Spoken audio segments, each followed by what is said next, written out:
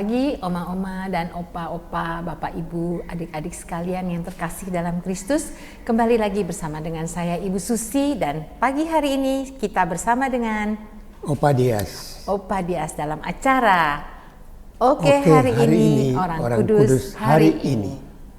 Opa, selamat pagi. Selamat pagi, Bu Pagi yang Susi. luar biasa. Opa kelihatan sehat, seger. Puji Tuhan. Puji Tuhan ya Opa ya. Pagi hari ini 16 Februari kita akan membahas tentang Santo Onesimus, pelayan dari Filemon Martir. Ya. Opa, silakan menceritakan tentang santo kita yang satu ini. Onesimus adalah salah satu orang kudus dalam cerita para kudus abad pertama Masehi. Jadi ketika Yesus meninggalkan para rasul naik ke surga, para rasul itu ketakutan karena kehilangan seorang pemimpin. Tetapi pada saat Pentakosta timbullah keberanian yang luar biasa pada para rasul, dan mereka dengan keberanian yang diberkati oleh Tuhan sendiri, mereka menyebarkan ajaran Kristus untuk menangkap banyak pengikut-pengikut Kristus menjadi orang-orang Kristen pada saat itu. Di samping itu, yang tidak percaya kepada Kristus timbul kebencian terhadap para rasul waktu itu. Nah, di antara para rasul itu ada salah satu anak muda namanya Onesimus. Dia adalah seorang pelayan dari Filemon.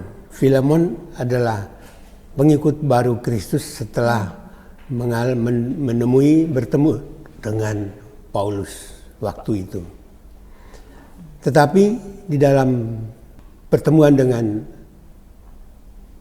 Filemon, Onesimus melakukan sesuatu pekerjaan yang menyakitkan Filemon, dan dia menyadari itu, dia lalu lari meninggalkan Filemon, tetapi dia menuju ke Roma, dan di sana dia bertemu dengan Paulus. Ketemu Paulus secara pribadi juga? Ya, secara pribadi dipenjarakan karena waktu itu Paulus sebagai seorang pemuka yang mengajarkan ajaran Kristus ketangkap dan dimasukkan penjara, tetapi dia masih tetap diberi kesempatan untuk mengajar. Nah, ketika ketemu Onesimus, si Onesimus merasa suatu perjumpaan yang luar biasa karena dia mendapat sesuatu kekuatan baru oleh ajaran Paulus. Nah, sekarang untuk mengetahui selanjutnya, kita perlu mengetahui siapakah Paulus itu. Paulus sebetulnya bukan seorang rasul dari murid Yesus. Paulus itu lahirnya dengan nama Saulus. Saulus semasa kecil adalah dari keluarga yang sangat membenci para pengikut-pengikut Kristus. Sehingga hampir setiap saat dia menyaksikan para pengikut Kristus itu disiksa, dikejar-kejar, dianiaya. Sehingga di dalam diri Saulus pun timbul secara perlahan-lahan tetapi pasti, yaitu kebencian kepada para umat Kristen. Dan puncak kebenciannya itu ketika dia menyaksikan siksaan yang sangat keji terhadap seorang pengikut Kristus, yaitu Stefanus. Oh, yang mati dirajam ya? Iya. Stefanus disiksa dengan berbagai macam cara, dilempari batu, diinjak-injak, dipukuli sampai mati. Itu disaksikan sendiri oleh Saulus. Dari situ kebencian terhadap para orang Kristen mulai timbul secara perlahan dan pasti. Sehingga ketika dia mulai dewasa, dia mulai mencari teman-teman yang sebenci dengan para pengikut Kristus. Mengumpulkan teman-teman itu, lalu ingin menyerang para orang Kristen di Damsyik. Karena di situ dikenal pengikut Kristus sangat banyak karena sudah mengalami ajaran Kristus melalui para rasul. Nah, ketika dia dengan beberapa pengikutnya menuju ke Damsyik, di tengah perjalanan sebelum masuk ke Damsyik, dia mendapat satu sorotan cahaya yang amat keras menembus matanya sehingga dia tidak dapat melihat, dan akhirnya dia jatuh dari kuda. Tetapi sempat dia mendengarkan satu suara, "Saulus, inilah aku yang kamu aniaya." Saulus lalu bertanya, "Siapakah engkau ya Tuhan?" "Saya adalah Yesus yang kamu aniaya. Apakah yang harus aku perbuat?" "Pergilah ke Damsyik dan di sana kamu akan menemukan Ananias." Lalu berangkatlah dia di dalam keadaan buta, tetapi ditolong oleh para pengikutnya, akhirnya sampai ke Damsyik. Di Damsyik dia menginap di tempat Ananias, dan di sana Ananias juga menceritakan bahwa saya diutus oleh Kristus untuk melayani engkau yang buta akibat terserang cahaya yang kuat pada waktu perjalanan mencari orang-orang Kristen di Damsyik. Di sana dia menyadari akan perbuatan yang tidak benar itu dan mulai tertarik pada ajaran Kristus, dan akhirnya dia meminta untuk dibaptis menjadi orang Kristen di tengah pergumulan orang-orang yang membenci orang-orang Kristen. Orang-orang yang sedang mencari orang-orang Kristen untuk dianiaya itu mencari Saulus, tetapi Saulus tidak diketemukan. Mereka ingin membinasakan Saulus karena Saulus sudah membelot mengikuti Kristus. Ya. Sehingga ada perintah untuk setiap gerbang-gerbang kota di Damsyik itu harus dijaga. Siapa tahu lewat ya. Si Saulus lewat. Nah, mengetahui akan situasi ini, maka Saulus akhirnya dikeluarkan dengan dimasukkan pada suatu keranjang besar, lalu diturunkan dari tembok kota.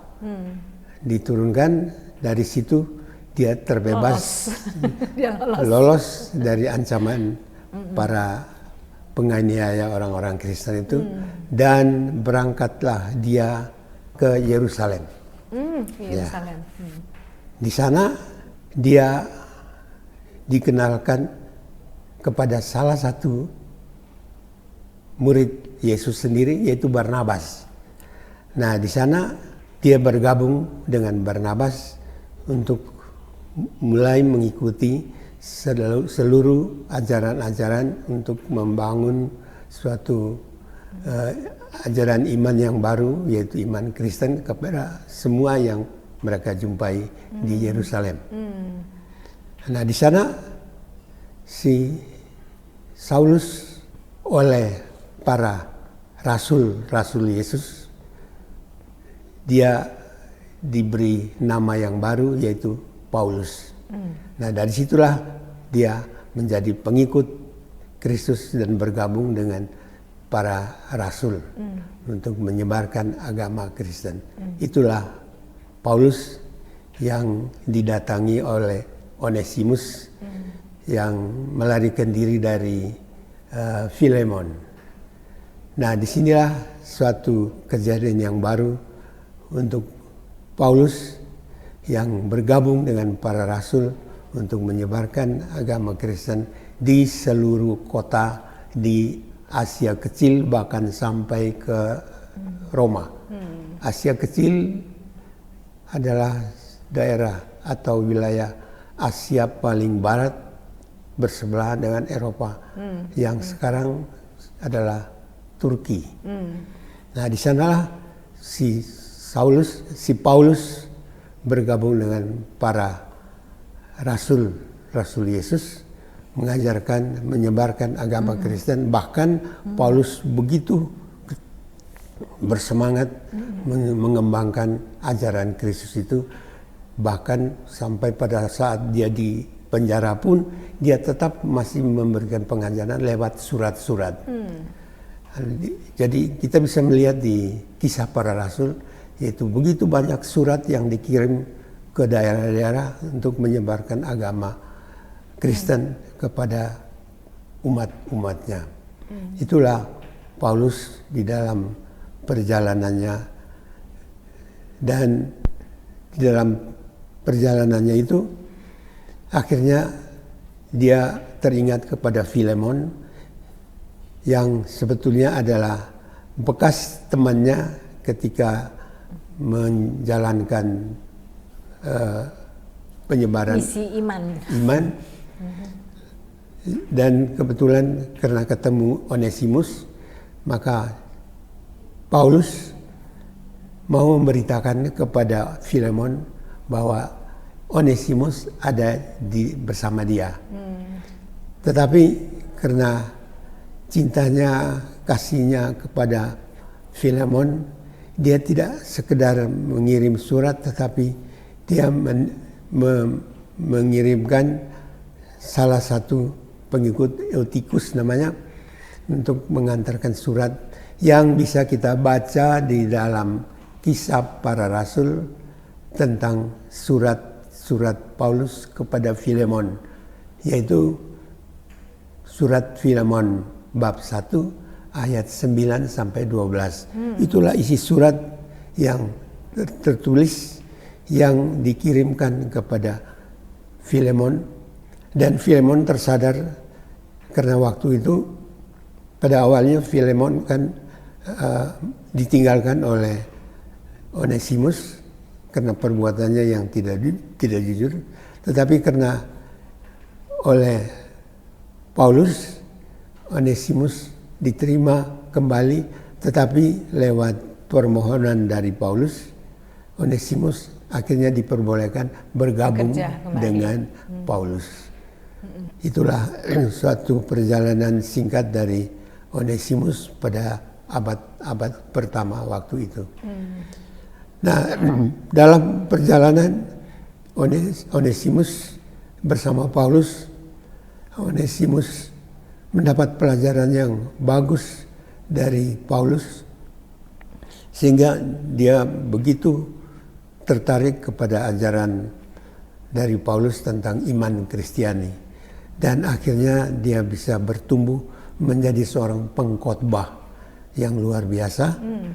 Bahkan oleh gereja dia diangkat menjadi uskup. Nah, di dalam perjalanannya dengan giatnya Onesimus membagikan iman Kristiani kepada orang, pemerintahan daerah Romawi melihat itu, maka mereka menangkap Onesimus. Lalu diserahkan kepada gubernur Romawi. Nah, gubernur Romawi pada waktu itu menahannya dia selama 18 hari. Karena tidak melihat sesuatu yang aneh, gubernur melepaskan kembali dia. Dan setelah dilepaskan, maka Onesimus lebih bersemangat lagi untuk membagikan iman Kristiani kepada sesama yang dijumpainya. Pemerintah daerah melihat itu, kembali Onesimus ditangkap. Tanpa izin dari gubernur, mereka menganiaya Onesimus itu dengan memotong memutuskan tangan dan kakinya dan dicampakkan ke jalan sehingga sampai Onesimus mati, dan dialah martir pada abad-abad pertama selain Stefanus sebagai martir pertama pada abad itu, menyusul Onesimus yang juga ikut menjadi martir pada zaman itu. Itulah Onesimus yang kemudian kita kenal sebagai pengikut Kristus setelah dipengaruhi, diajari, didekati oleh Paulus. Luar biasa ya. Iya. Kata-kata Paulus juga luar biasa. Ya. Di dalam suratnya ke Filemon pun sampai Filemon mau menerima kembali Onesimus ya. Ya, dan dengan rela hati dia kembalikan kepada Paulus dan menjadi orang yang sangat berguna untuk pengembangan iman Kristiani. Sampai pada menjadi waktu martir itu. ya. Ya. Itu suatu iman yang teguh ya, Pak Dias ya. Luar biasa. Luar biasa. Sungguh cerita yang sangat luar biasa. Ini adalah bukan suatu cerita dongeng, tapi cerita yang kita bisa imani dalam hidup kita, bahwa bagaimana seorang martir itu berjuang untuk setiap iman kita yang di zaman sekarang ini. Ya. Pak Dias, Ini kita harus imani juga tentang kuasa Allah Roh Kudus pada saat Pentakosta. Pentakosta pertama itulah para rasul dengan begitu keberanian yang sangat tinggi, tidak takut apapun, mereka menyebarkan agama Kristen kepada sesama yang mereka jumpai. Dan akhirnya mereka pun mati sebagai martir-martir. Luar biasa ya, Pak Dias ya. Saat itu masih sangat sulit sekali ya. Iya. Ya. Luar biasa sekali Pak Dias. Pak Dias, saya lihat Pak Dias ini juga luar biasa sekali nih. Pak Dias umur berapa Pak Dias? Ya baru 83. Baru 83, makanya sehat dan segar. Luar biasa sekali Pak Dias juga sebagai peneguh iman buat kita semua. Karena dia usianya yang sudah juga menurut kita nih, usia itu kan hanya angka ya Pak Dias ya. Tapi semangatnya luar biasa untuk menyebarkan kabar gembira. Terima kasih Pak Dias, terima kasih. Sebelum kita tutup acara hari ini, mari kita berdoa bersama Pak Dias. Dalam nama Bapa dan Putra dan Roh Kudus. Amin. Santo Onesimus, doakanlah kami. Kemuliaan kepada Bapa dan Putra dan Roh Kudus. Seperti pada permulaan, sekarang, selalu, dan sepanjang segala abad. Amin. Dalam nama Bapa dan Putra dan Roh Kudus. Amin. Sampai jumpa untuk semua Opa dan Oma, saudara sekalian, dan juga adik-adik semua di acara Oke hari ini, Orang Kudus hari ini yang beri.